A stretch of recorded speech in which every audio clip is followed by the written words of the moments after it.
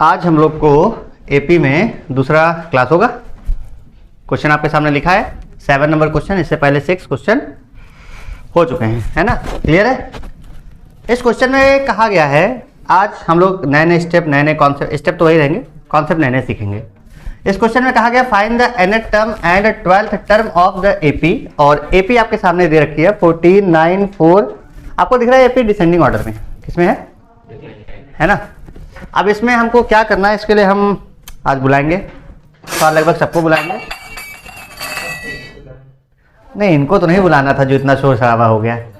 आप बुलाएंगे सबसे पहले सौरभ पाल, आ जाए और लगाइए कि स्टेप बाय स्टेप सूर्यांश को मौका नेक्स्ट क्वेश्चन में देखा जाएगा, दिया जाएगा कि नहीं। चलिए आइए, आप लगाना शुरू करिए क्वेश्चन। भाई सब कुछ दिख रहा है, क्लियर है? और स्टेप बाय स्टेप आप लगाएंगे, अब ज़्यादा क्लियर हो जाएगा, है ना? आप सर पहले एक चीज़ जवाब दें, ये इक्वल किस चीज़ का है? गलत है, इम्प्लाइज दैट हो सकता है। पहले सॉल्यूशन लिख सकते हैं, आंसर लिख सकते हैं। इतनी जल्दी नहीं है हमें, वो वीडियो नहीं बनाना हमको कि बैठ करके वीडियो चल रहा आधा एक घंटा का, हमें उससे कोई फर्क नहीं पड़ता, कोई देखे या ना देखे। तरीका आना चाहिए, मेरा ये काम और मेरा ये मानना है कि आप सही से करें। गुड, आपने ए लिखा फर्स्ट टर्म जो कि है 14, डी लिखा आपने -5 जो आपने सही तरीके से निकाला, और nth टर्म क्या होता है? Question mark. चलिए ठीक है, भी तरीका सही है। और 12th टर्म भी आपको पूछा गया है क्वेश्चन मार्क, तो तरीका सही है कि इन्होंने फर्स्ट टर्म को ए बताया। कॉमन डिफरेंस हमारा 9 - 14 जो कि माइनस का 5 होगा, क्योंकि आप पता है a2 - a1 इन्होंने किया। क्या किया भाई? दूसरे में से पहला टर्म माइनस किया। आप किसी में से किसी भी टर्म को माइनस कर सकते हैं, क्योंकि इन्होंने पहले से बोल रखा है ये एपी में है। किसमें है? एपी में है। यूजिंग फॉर्मूला, अरे वाह, फॉर्मूला भी होता है, चलिए अच्छी बात है। an इक्वल टू, थोड़ा बड़ा बड़ा लिखें, an equal to a plus n-1 into D. चलिए सही लिखा है फॉर्मूला इनका। आगे देखते हैं। अब इन्हें निकालना है nth टर्म, और उसके लिए पहले जनरल टर्म ही निकालने जा रहे हैं। तो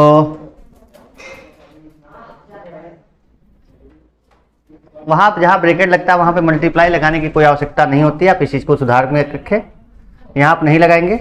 आप यहाँ पे जो लगाएंगे वो लगाएंगे सिर्फ स्मॉल ब्रैकेट, ठीक? ये भी आपको ध्यान रखना है। चलिए आगे, सभी लोग भाई ध्यान से देखेंगे इस क्वेश्चन को कैसे लगाया जा रहा है।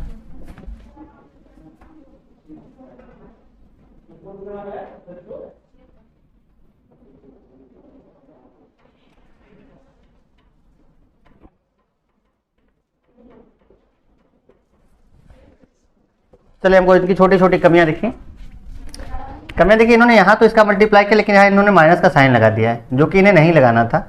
इन्हें लिखना था पूरा -1 का मल्टीप्लाई करना है माइनस के 5 से, है ना? यहाँ पे n से करना था, ठीक? कोई डाउट?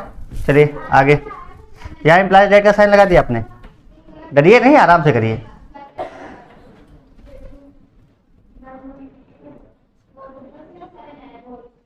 -19 - 5n, ये क्या निकल के आया है?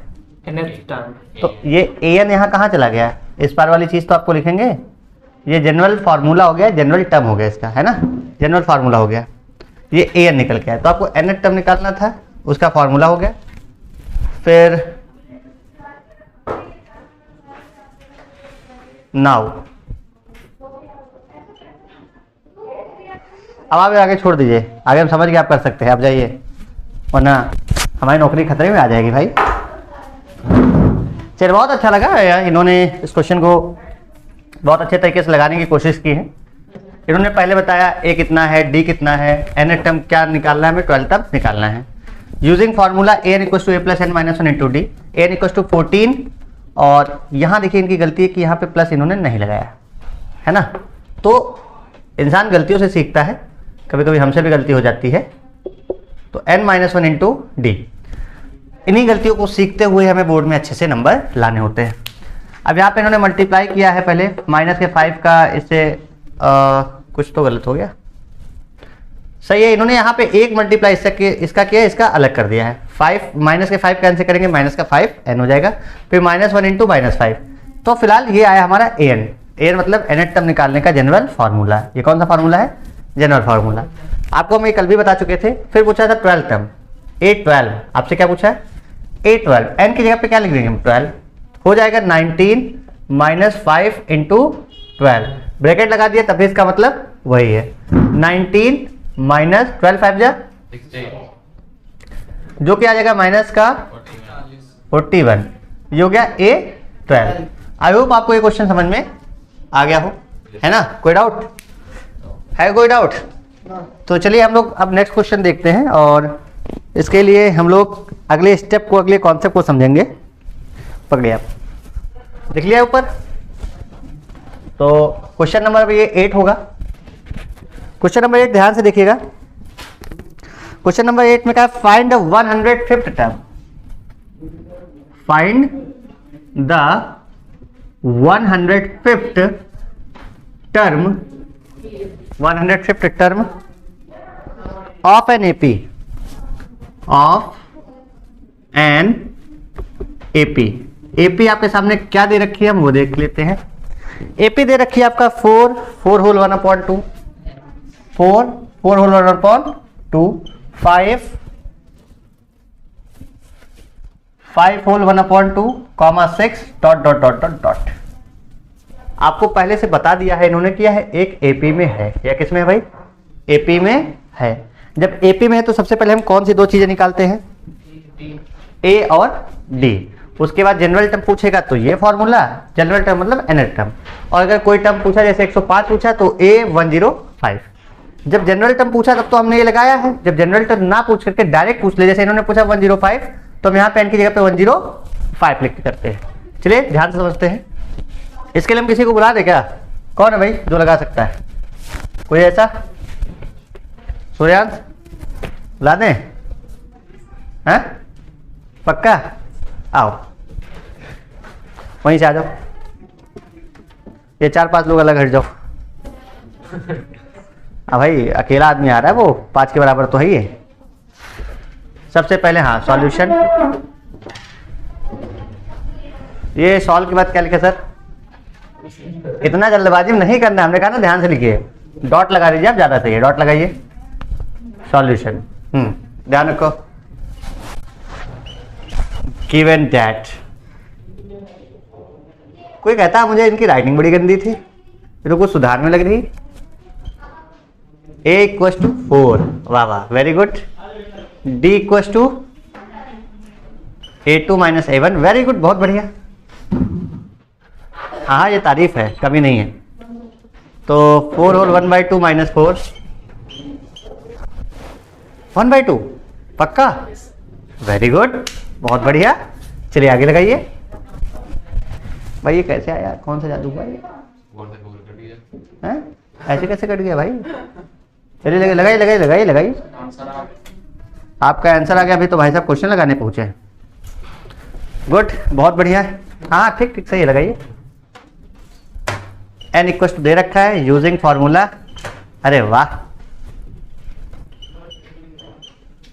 आप ये दूसरा मार्क कर लीजिए। लीजिए, अच्छा लिख रहे हैं आप। यूजिंग फॉर्मूला, ठीक है, वेरी नाइस। भाई आप लोग को हम भी समझा देंगे, अभी इनको लिख लेने दीजिए। सर ये किसी के तो इक्वल होगा ना, और फॉर्मूला क्या था वो तो आपने लिखा नहीं। डस्टर कहाँ है भाई? तब आप एक काम करिए, इसको इधर छोड़िए, यहाँ पे मैं लाइन ड्रॉ कर देना, आप इधर लिखिए, है ना? बोर्ड हमारा बहुत छोटा है। A + n - 1 इंटू डी, जहाँ A बड़ा होगा। अरे आराम से लिखो, जल्दबाजी में क्यों हो? बारात जाना है क्या? अभी शादी होती है किसी की भाई? शादी मौसम चल रहा है क्या? नवंबर में है? अरे तब देखा जाएगा, अभी मत जल्दबाजी करो। तो हम लोग चलेंगे खाने दावत पे, टेंशन नहीं है। शादी किसकी हो कोई भरोसा नहीं, खाने से मतलब। गुड। वो भैया A कैपिटल में लिख दो या बड़ा सा लिख दो अलग से, है ना? ऐसे ये अलग से ऐसे लिखो, हर लाइन में आप गलती करेंगे, हर लाइन में सुधार नहीं चलेंगे ना। चलिए लिखिए भाई, एक बात तो कंफर्म है, क्वेश्चन तो लग रहा है 4 + 104 × 1/2। अरे वाह, गुड। फिर ए आपने छोटा लिख दिया, हाँ बिल्कुल सही है।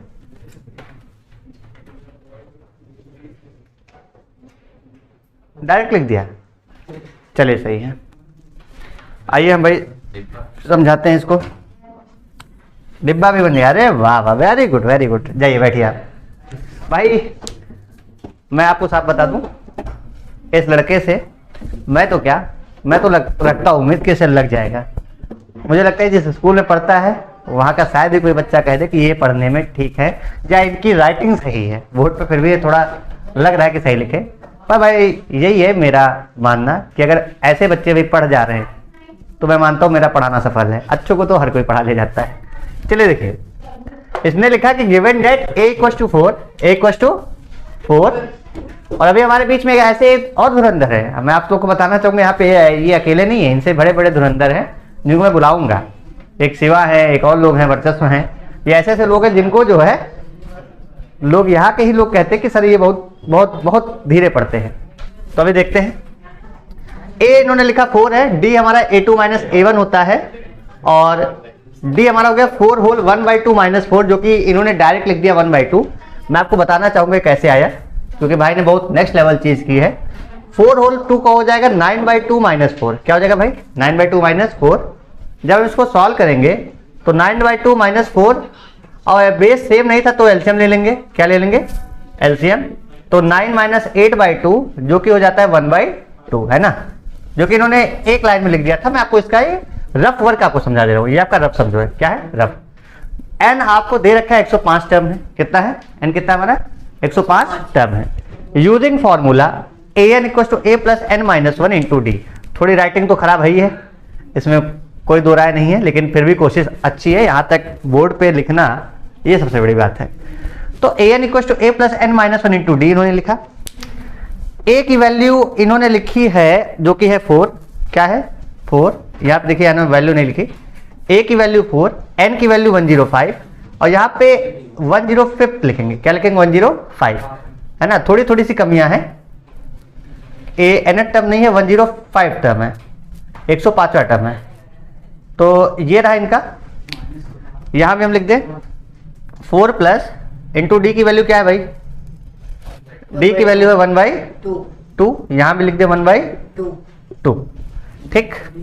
अब इन्होंने थोड़ा आपको लग रहा है खिंचा पीछी कर रखी है। मैं आपको समझा दूं, 4 था, ये 105 - 1 104 हो जाएगा। मल्टीप्लाई में 1/2 था, 2 से 104 को इन्होंने कट किया, जो कि 52 टाइम्स में कट होगा। कितने टाइम्स में? 52। 52 + 4 होता है 56। That is the answer of this question. I hope आपको ये क्वेश्चन समझ में आ चुका होगा सभी को। बढ़ते अब हम लोग नेक्स्ट क्वेश्चन पे, क्वेश्चन नंबर 9 की तरफ, और ध्यान से देखते हैं। ये लिख लिया भाई आप लोगों ने, और मुझे उम्मीद है इनसे लग गया तो आपसे तो लग ही गया होगा। हालांकि ये इनकी तारीफ है, मैं बेइज्जती नहीं कर रहा हूं। कम से कम आप अपने लेवल में सुधार कर रहे हैं, ये बहुत अच्छी बात है। अब बढ़ते हैं हम लोग आगे अगले। तो अब हम लोग देख रहे हैं क्वेश्चन नंबर 9। इसमें अभी तक हमने जितने क्वेश्चन लगाए शुरुआत से पढ़ लिए, एंड से थोड़ा देख लिया, हमने समझ लिया कि कैसे एपी के टर्म्स को निकाला जाता है। तो उसी क्रम में एक क्वेश्चन है कि find the 12 term from the end. इसमें एंड से निकालना। हमने एंड का एक फॉर्मूला लिखवाया था। क्या लिखवाया था? एक फॉर्मूला अगर नहीं लिखवाया तो फॉर्मूला आप जान रखिए कि an जब आपको एंड से निकालना हो तो हम इसको लिख सकते हैं l - n - 1 × d। एक फॉर्मूला आप ये भी रिमार्क में लिख लीजिए। ये कहां से? From and. From and. अगर आपको एंड से निकालना, एंड मतलब इधर साइड से, तो आप इस चीज का यूज कर सकते हैं। अब हम बुलाएंगे, किसको बुला लें? किसको बुला लें? आर्यन आ जाओ, आ जाओ। आर्यन लगाएगा इस क्वेश्चन को। चलिए लीजिए।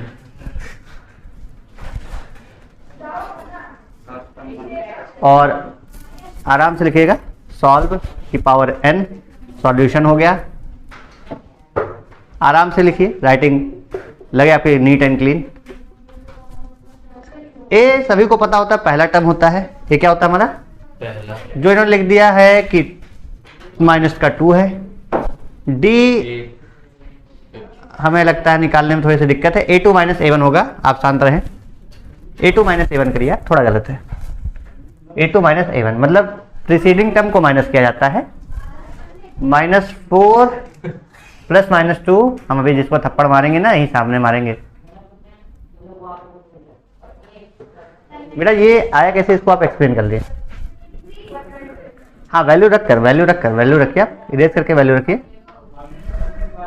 -4 फिर माइनस, कुछ गलत हो रहा है, माइनस का 2 था पहला टर्म है ना, माइनस में था। तो आप जो गलती कर रहे हैं वो ये कर रहे हैं कि ये माइनस तो क्वेश्चन का था, ये माइनस इसका रहा होगा। चलिए अब करिए, -4 + 2 = -2। चलिए वेरी गुड, सही है। an इक्वल टू फॉर्मूला, ए बेटा ऊपर लिखा जाएगा, नीचे नहीं, साथ में नहीं। ए ऊपर, n लटकता हुआ, n नीचे की ओर लटकता हुआ रहेगा। हाँ चलिए ठीक है, फिर भी कुछ हद तक आगे देखते हैं। हाँ हाँ बोलिए, नहीं अभी आ रहा है आपका नंबर, बुलाते हैं आपको भी। अच्छा हाँ, L = -net। L क्या होता है मैं आपको बताना चाहूंगा। L होता है हमारा लास्ट टर्म। लास्ट टर्म यहाँ क्या है, माइनस का 100 है। ठीक है, क्लियर है। हाँ भाई पीछे जो सो रहे हैं, सो रहे हो कि जग रहे हो? जग रहे हो ना, हाँ ठीक, आ रहा अभी नंबर तुम्हारा भी आ रहा। कि भाई साहब हमें बहुत छोटा लिखते, भाई अभी कैमरा में देखा जाएगा, दिख रहा है कि नहीं। यहाँ पर कुछ तो गड़बड़ है दया, यहाँ पे मल्टीप्लाई लगाने की कोई ज़रूरत नहीं है। ठीक, यहाँ पर आप सिर्फ ब्रैकेट लगा दीजिए। चलिए आगे सॉल्व करिए।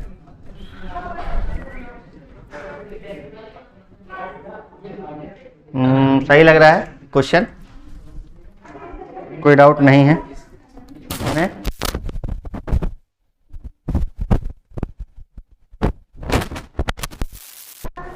चलिए देखते हैं आगे।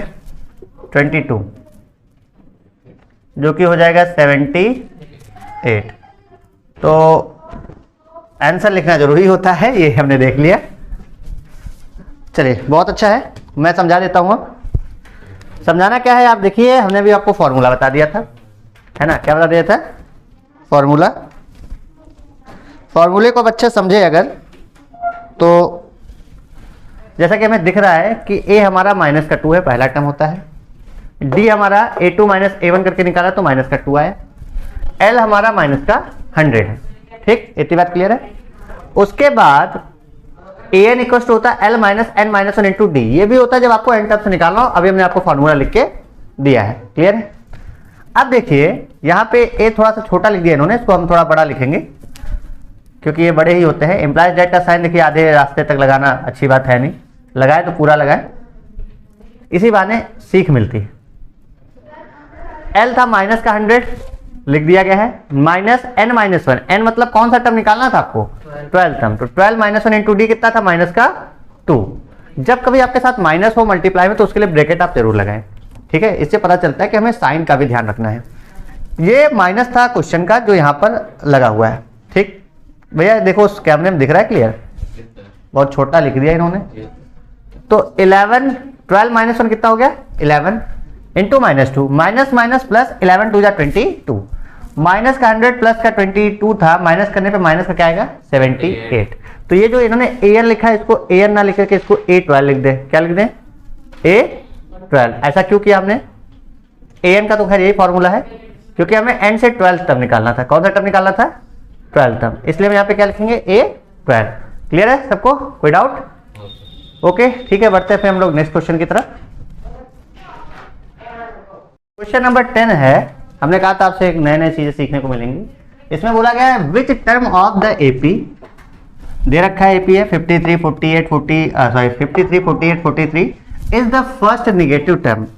इसका मतलब क्या होगा मैं आपको समझा दूं। इसका मतलब ये है, क्वेश्चन में पूछा गया है कि इस पूरी एपी में ऐसा कौन सा टर्म होगा जो पहला नेगेटिव टर्म होगा, क्योंकि डिक्रीजिंग ऑर्डर में जा रहा है तो उस टर्म की हमें बात जाननी है, मतलब n की वैल्यू जाननी है। सॉल्यूशन में हम ध्यान से देखेंगे, थोड़ा सा डिफरेंट है लेकिन सही है। देखिए a कितना है, a हमारा 53, डी कितना है हमारा, डी हमारा 48 माइनस 53 जो कि आ जाएगा माइनस का 5, है ना, क्लियर है।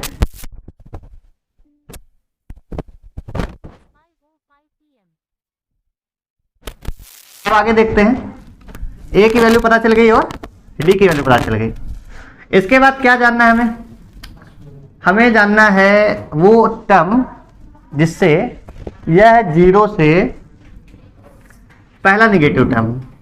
अगर हम लिख रहे हैं a n should be greater than 0, इसका मतलब क्या हुआ, इसका मतलब ये हुआ कि ए एन वो टर्म होगा जिसकी वैल्यू 0 से बड़ी होगी।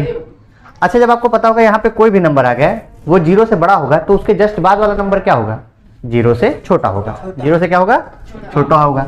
हमें कंडीशन दे रखा है और हमने पढ़ रखा है a n equals to a plus N minus 1 into d, हमने ये पढ़ रखा है। कोई डाउट, इतनी बात क्लियर है ना। तो अब देखते हैं ध्यान से, और यहाँ पे जो ए एन है वो क्या होगा, 0 से बड़ा होगा। ए एन ये था और ए एन की वैल्यू क्या थी, ये, इधर ध्यान से देखो सामने, ए एन ये था और ए एन की वैल्यू क्या थी, ये। इसका मतलब ए एन की जगह पे हम ये लिख सकते हैं और ये हमारा 0 से क्या होना चाहिए, बड़ा। आगे बात समझ में, यहां से हमने ये कैसे लिखा, क्योंकि ए एन का फॉर्मूला ये होता है, ए की value 53 plus N minus 1 into कितना -5 should be greater than what, 0। ठीक, कोई डाउट। अब देखो 53 माइनस प्लस माइनस का 5n और माइनस माइनस प्लस का 5 should be greater than what, 0। 53 plus 5 58 minus 5n should be greater than 0, minus का 5n should be greater than what, minus का 58। अब शायद ये आपको नहीं समझ में आ रहा तो आप समझिए इक्वल ही है, ये क्या है, इक्वल है। इक्वल की तरह इसको ट्रीट करिए, ये प्लस का 58 उधर जाएगा तो माइनस का हो जाएगा, ये n माइनस था वो भी माइनस था, माइनस माइनस करके प्लस। अब ये सोचिए मल्टीप्लाई में है, उधर जाएगा तो डिवाइड में हो जाएगा। जब इसको कट करेंगे तो n की वैल्यू क्या आएगी, 11 5 जा 55, 11 6 जा 55 था ना, 3 58 होता 60। हाँ, n की जो वैल्यू आई है वो क्या आई है, इसका मतलब इन्होंने क्या बताया हमको, ग्रेटर देन। तो जो 11.6 टर्म होगा, 11.6 टर्म होगा वो ग्रेटर देन क्या होगा, hence 12th term will be less than. आई बात समझ में नहीं है कि भाई 11 टर्म जो होंगे वो 0 से क्या होंगे, बड़े होंगे, लेकिन जो उसके बाद आएगा पॉइंट में आ गया ना, तो उसके बाद कौन सा टर्म आता है, 12th टर्म, वो 0 से क्या होगा। तो अब लिख सकते हैं हेंस, यहाँ पे सो लिख दो, सो 12th term will be less then 0, HENC, hence 12th term of this AP is first negative term। कौन सा टर्म, फर्स्ट नेगेटिव टर्म। आगे सबको बात समझ में, कोई डाउट, क्लियर है। चलिए अब बढ़ते हैं हम लोग क्वेश्चन नंबर 11 की तरफ। जो 11 नंबर है क्वेश्चन, देखते हैं। ये लिख लो भाई, जल्दी लिख लो, इंपॉर्टेंट क्वेश्चन है। कैसा क्वेश्चन है, इंपॉर्टेंट। तो नेक्स्ट क्वेश्चन में लोग नेक्स्ट तरीके से पढ़ेंगे, है ना। ये क्वेश्चन नंबर 11 है, ध्यान से समझिएगा। क्वेश्चन नंबर 11 में कहा गया डिटरमाइन द एपी। हमें एपी बताना है, क्या बताना है, हुज फिफ्थ टर्म इज 19, जिसका फिफ्थ टर्म क्या है, 19 है, और difference of the 8th term from the 13th term. 8th term का जो डिफरेंस है किसमें से, फ्रॉम द 13th टर्म में से, वो 20 है। चलिए इस चीज को हम बाद में समझते हैं, पहले एक बेसिक सी बात आपसे पूछते हैं, बताइए। अगर हमको लिखना है मान लो A3, क्या लिखना है, तो हम क्या लिखते हैं भाई, A plus 3 minus 1 into D. N की जगह पे रखेंगे।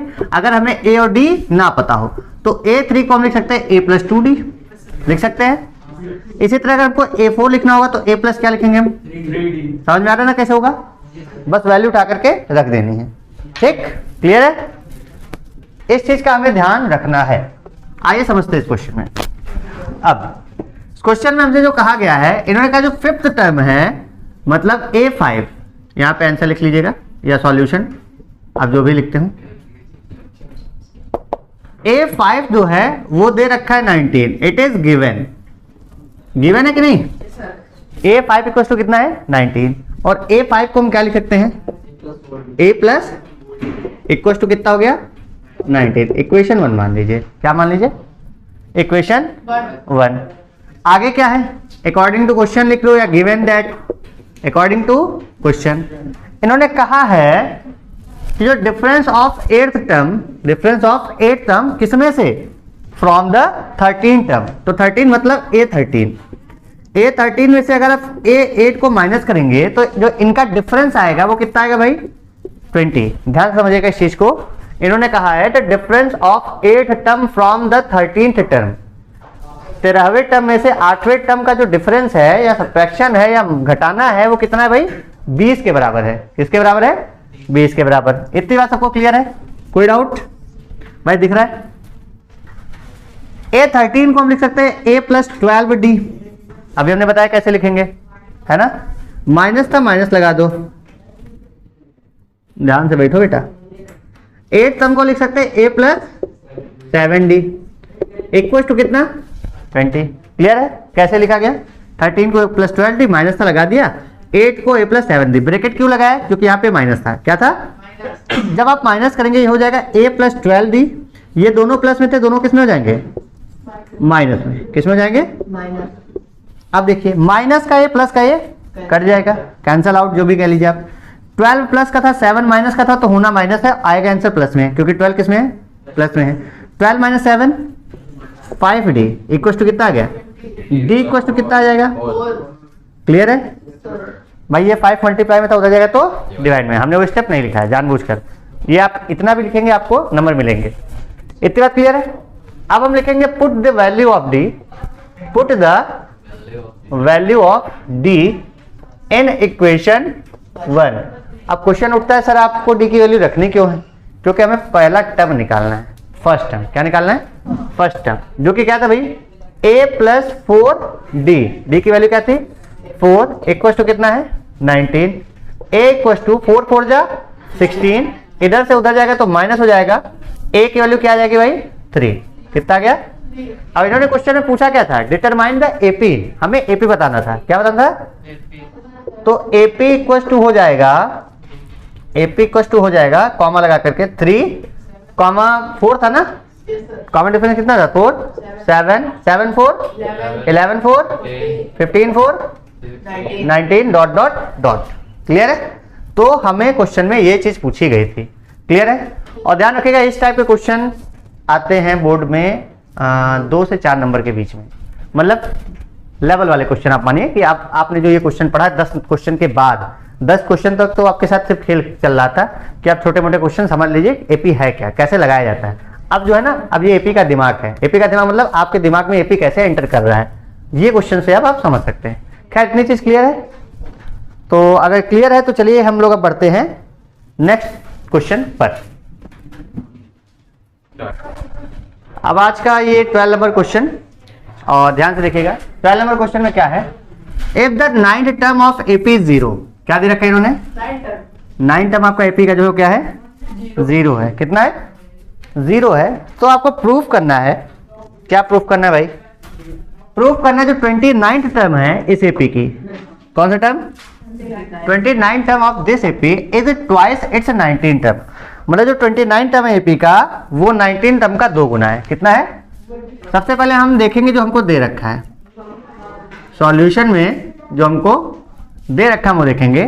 इन्होंने दे रखा है A9 इक्वल टू 0। कितना दे रखा है? कैमरा सही कर दो। हो गया?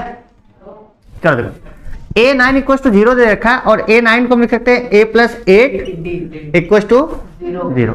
क्लियर है? A इक्वल टू कितना हो जाएगा? माइनस का 8 टाइम्स ऑफ D। सही से बैठो सीधे। क्लियर है? अच्छा अब हम बात करें अगर A19 की, किसकी, उसका फॉर्मूला क्या होगा, वो होगा A19 equals to A plus 18D। भाई क्लियर है सबको, कोई डाउट? अब यहां लिख दे now A19 equals to A plus 18D। A19 equals to आ जाएगा, A की वैल्यू उठा के रख दो, -8D प्लस 18D रख दिया।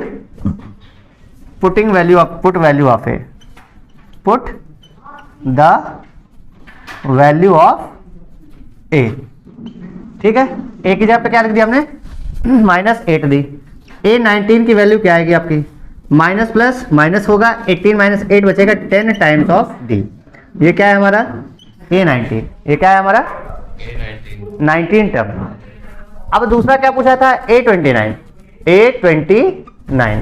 A29 का फॉर्मूला क्या होगा, A plus 28D, A plus 28 times of D।